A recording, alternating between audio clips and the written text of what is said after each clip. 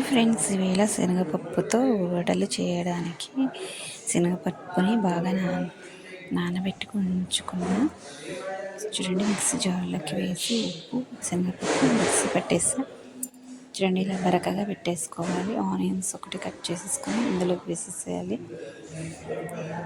చూడండి, ఇందులో కొంచెంత వంట సోడా, కరివేపాకు వేస్తున్నా. కరివేపాకు వేస్తే చాలా హెల్త్ పరంగా మంచిది కాబట్టి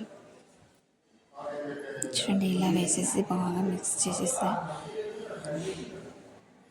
చూడండి, ఇలా బాగా మిక్స్ చేసేసుకున్న ఇలాగా వీటిని ఇందులో చుట్టుకొని ఆయిల్లోకి డీప్ ఫ్రై చేయడమే. చేసేస్తాయి మొత్తం వేసేసుకుని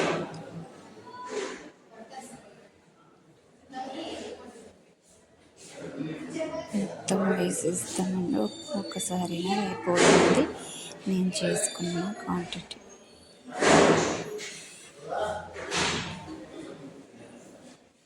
మంటను మీడియంలోనే ఉంచుకొని వేయించుకుంటే మొత్తం వేగేస్తాయి.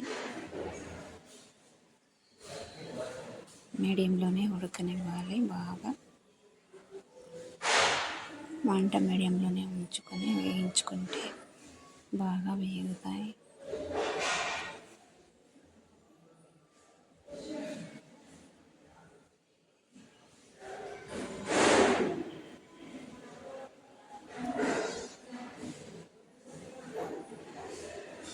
చూడండి, ఇలా వేగిపోవాలి. బాగా